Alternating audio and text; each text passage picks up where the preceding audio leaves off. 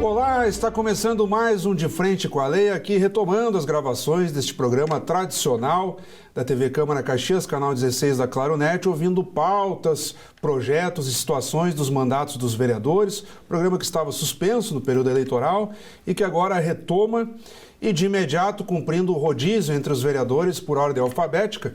O nosso primeiro entrevistado nessa retomada, então, o vereador Felipe Grêmio Maier, do MDB, que nos brinda aqui com a sua presença.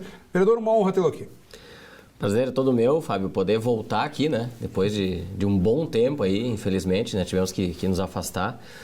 Mas é importante essa retomada até para a gente poder ampliar o debate das situações que ocorrem aqui dentro da Casa do Povo e que a gente possa levar até a comunidade as nossas defesas e lutas, sejam elas através de projetos ou através de políticas públicas que a gente acredita.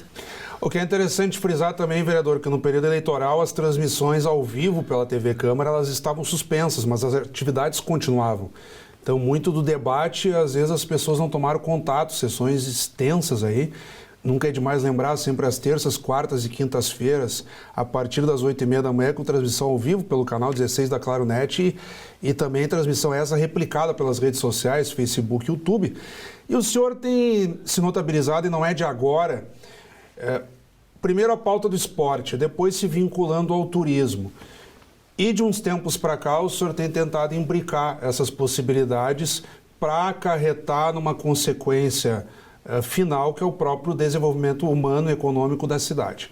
E uma dessas iniciativas que dialoga é da chamada ocupação de prédios com apelo turístico, ou com apelo histórico, melhor dizendo. Eu gostaria que o senhor explicasse um pouco melhor essa proposta, que a propósito, nesse momento, se encontra em análise no âmbito do Executivo, não está na Câmara ainda. Tem previsão de voltar? Enfim, vamos atualizar quem nos acompanha sobre essa sua iniciativa.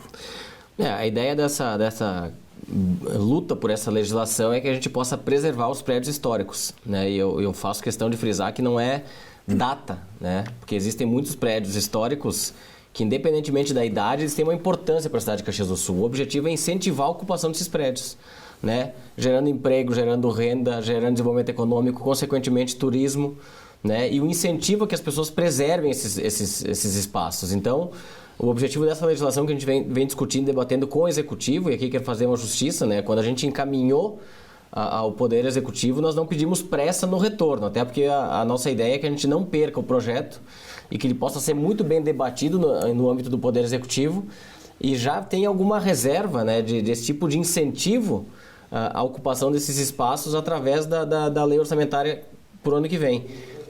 Isso, na minha visão, se desenhou muito bem, deve vir alguma previsão já, e aí o que tornaria o projeto com o fim bem encaminhado. Então, a ideia principal é essa, né? É incentivar a preservação dos prédios históricos de Caxias do Sul, gerando emprego, renda e, obviamente, incentivando para o turismo. Nós temos casos emblemáticos em Caxias, tanto do ponto de vista de êxito quanto de perdas. O Cine Ópera, o antigo Hospital Carbone, que depois vira o Arquivo Histórico.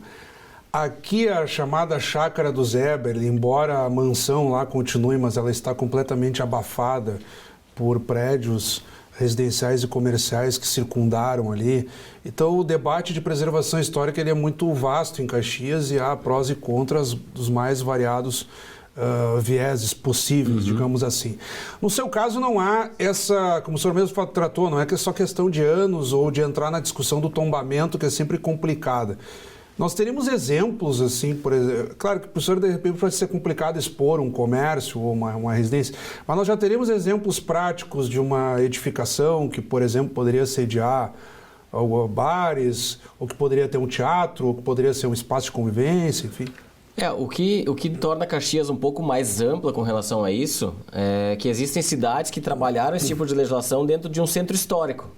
E nós não temos literalmente um centro histórico na cidade. Nós temos várias casas, vários setores históricos de Caxias do Sul que podem ser utilizados. Espalhados. Nós temos um grande exemplo que é na região de São Pelegrino, com muitas residências, né, que podem receber esse incentivo, né, que podem buscar isso para qualificação, para recuperação do próprio prédio, né, para ocupação coordenada disso, sem jamais deixar de incentivar o crescimento da cidade, né? A atualização com o mundo de hoje. Então, dá para fazer com que as duas coisas se encontrem de uma forma muito importante, né? Nós temos isso, exemplo de São Pelegrino, nós temos no interior da cidade muitas casas e prédios históricos que podem ser também incentivados a sua ocupação e a preservação, que é importante para contar a história da cidade.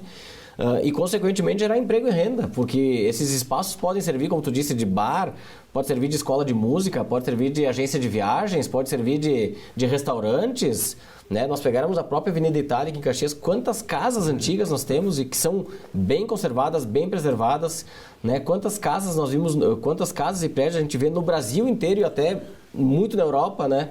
Que acabam virando restaurantes, né? Sendo incentivadas a isso. E eu acho que Caxias do Sul não pode mais perder tempo com relação a isso. Porque daqui a pouco essas edificações são demolidas e servem para um outro fim privado. É uma residência própria de uma pessoa, ela pode vender, ela pode... Não, se não for incentivada, né? E a própria preservação tem custo, né, Fábio? Então, muitas vezes as famílias não conseguem dar conta disso. Então, por que não incentivar essa família que daqui a pouco ela aloque esse imóvel para alguém que vai recuperar e tenha um incentivo na recuperação? Então... eu acredito que essa iniciativa ela pode colaborar com todos os lados, desde quem é o proprietário, com a própria cidade, com a história, com a cultura, com tudo aquilo que envolve esses espaços na cidade de Caxias do Sul. E, vereador, como é que tem funcionado? O senhor explicou bem o diálogo com o executivo, o projeto anda em fase de maturação, de ajustes, e como é que tem funcionado a interlocução com a iniciativa privada? Órgãos de representação, SIC, Sindilojas, daqui a pouco... eles já têm visto isso com bons olhos? Haveria interessados já que estão acompanhando e esperando que esse projeto se torne uma realidade? Eu conversei com algumas entidades já, né, e todas foram totalmente favoráveis. Conversei com muitos arquitetos, inclusive, né, com advogados que deram sugestões na própria lei. Enfim, situações que podem levar com que esse projeto avance de uma forma muito, muito melhor. E daqui a pouco ele vem lá do Executivo para a Câmara, daí em momento algum... eu me furto de retirar a minha iniciativa e que o Executivo possa enviar de lá para cá para que ele não tenha nenhum vício de inconstitucionalidade, enfim. Né? Então, eu vejo que ele anda bem, né? Tivemos muitas conversas com a Grégora, com o secretário com a secretária Aline, que teriam mais proximidade com a iniciativa.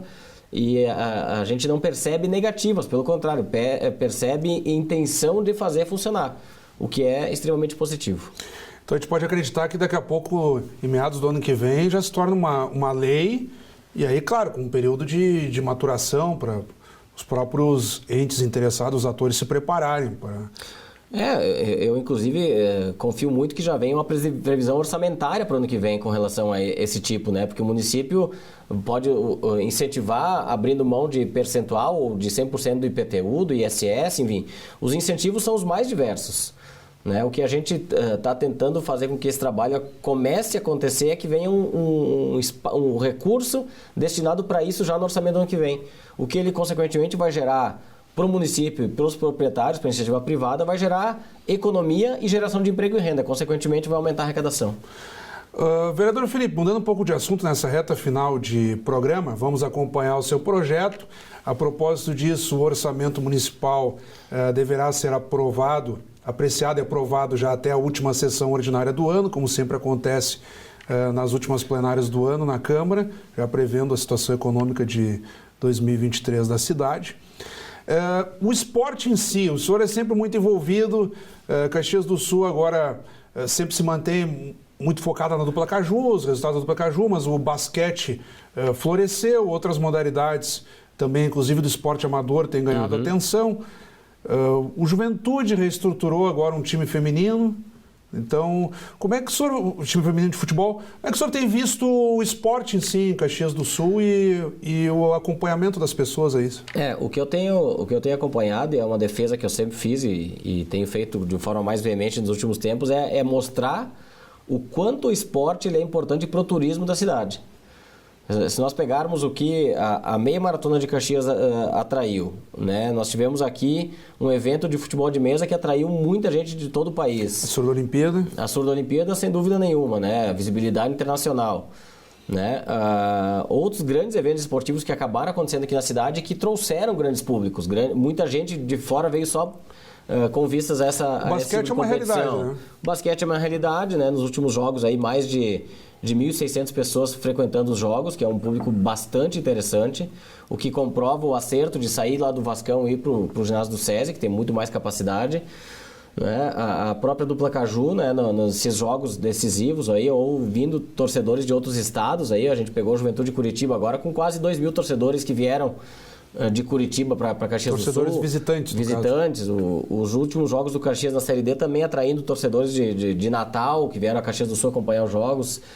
Né? Enfim, então a gente percebe que o esporte tem sim um papel importantíssimo, atrai as pessoas para Caxias do Sul, fazendo turismo esportivo e, consequentemente, deixando recursos aqui na cidade. E a sua expectativa para o ano que vem desse cenário esportivo? A cidade abraçou, tende a se desenvolver mais, o Juventude, infelizmente, retorna para a segunda divisão do Campeonato Brasileiro, o Caxias continua na Série D também, infelizmente, quase conseguiu o acesso, mas o basquete vem num bom desempenho. O senhor vê a cidade abraçando os seus times?